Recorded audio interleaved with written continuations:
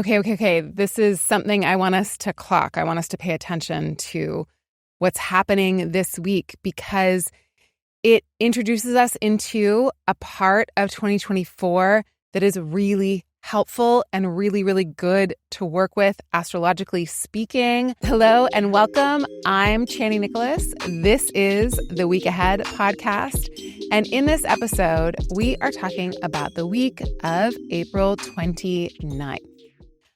On Monday, April 29th, Venus is going to move into Taurus. Now, this is lovely because Venus belongs in Taurus, and that means that Venus, the planet of love and connection and sweetness and art and beauty and love, did I already say that? Is going to be in its home sign. So it's going to be in one of the strongest positions that it can be in.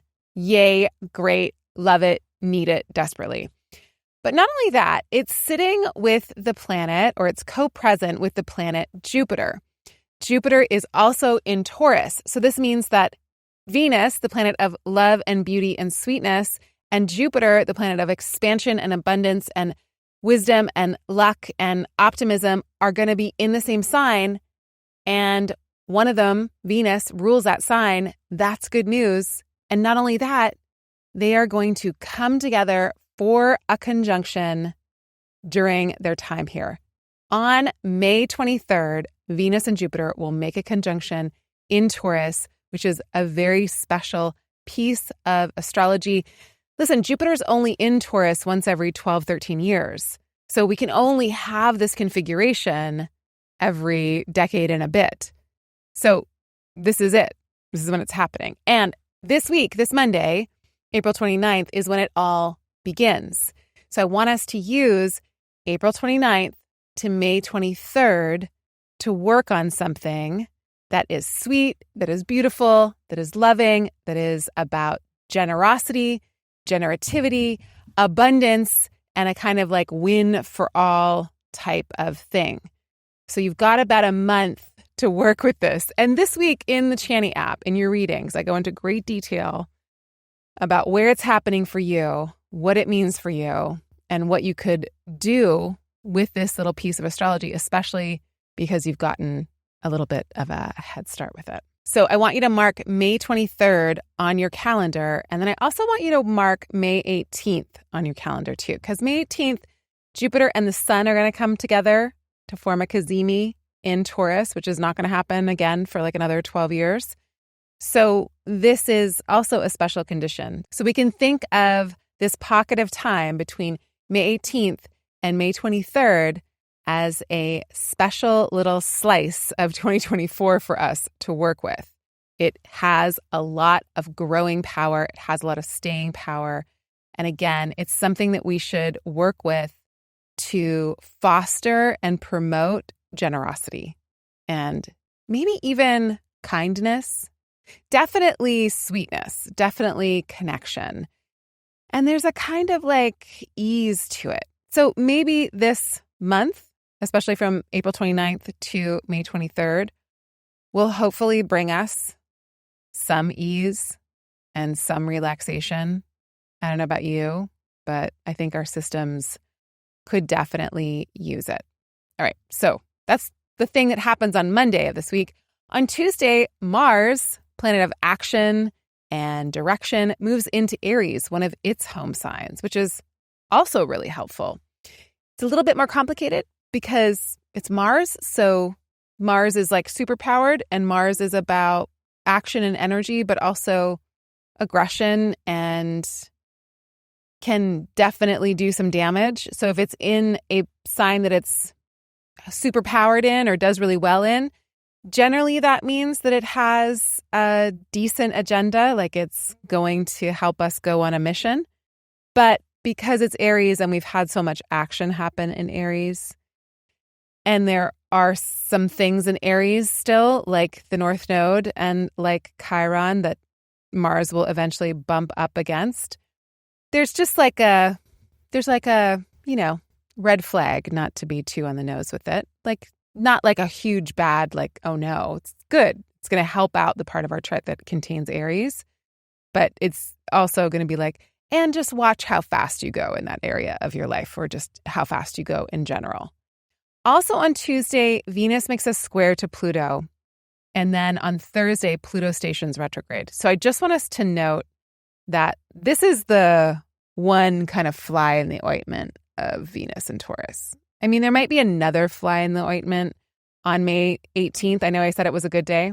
It's also got a Venus conjunction with Uranus. So it's definitely an experimental day, and it might be a little turbulent for relationships May 18th. But I've got my eye on this Venus square Pluto because Venus and Pluto tend to go really deep into intimacy issues, and they tend to tenderize us, that this, little setup here, because it's a friction. So it's going to tease something out that we need to heal or look at about a relationship, or in regards to how we enter into relationships or how we exist within them. Any kind of, shadow material, anything that's lurking underneath the surface or anything that's subterranean will probably be teased out right at the top of the week. So we'll get it over with early. You know what I mean? And then Pluto will station retrograde. Not a big deal because Pluto spends literally half the year retrograde. But the day it stations retrograde is probably a day we want to pay attention to, because it will pull focus on Pluto in Aquarius themes, which are going to be about tech. They're going to be about uprisings, about the masses gathering. They're going to be about something that impacts the collective, for sure, humanity. So we'll pay attention to that. And also just know that as Venus and Pluto line up for that square and Pluto's pulling focus, again, there's something that we want to go a little deeper with. We don't want to skim the surface of whatever comes up midweek. On Friday, Mars makes a sextile to that Pluto, which is incredibly ambitious and helpful and honestly exciting. It feels like a victory. It looks like a win of some kind. It looks very encouraging. It's like connecting all the dots and being able to move deeply, but also with great efficiency, maybe even quickly. Hey, y'all. Thank you so much for leaving us reviews in the App Store. We read them. We love them. We know how much time it takes to go and do it, and we deeply appreciate it. I wanted to leave you this one called Amazing. I recently downloaded Chani, expecting it to be a pretty standard horoscope app, but have been truly blown away. The guided meditations, the daily horoscopes, and the in-depth monthly reviews have been a game changer for me. I absolutely love this app. All right, y'all. That is the read of the week. Next week, come back. We have a new moon in Taurus sitting with Venus and Jupiter. It's the last time it's going to happen for, again, at least another 12 years. And it's good. It's got Uranus in the mix, so it's lively still. It's about breaking with tradition a little, but it's hugged by the two benefics, Venus and Jupiter. And, it's a lot of good stuff. So we're on the way to that Venus-Jupiter meetup, and this new moon's going to help us to set an intention for that eventual astrology. So we're following a theme here.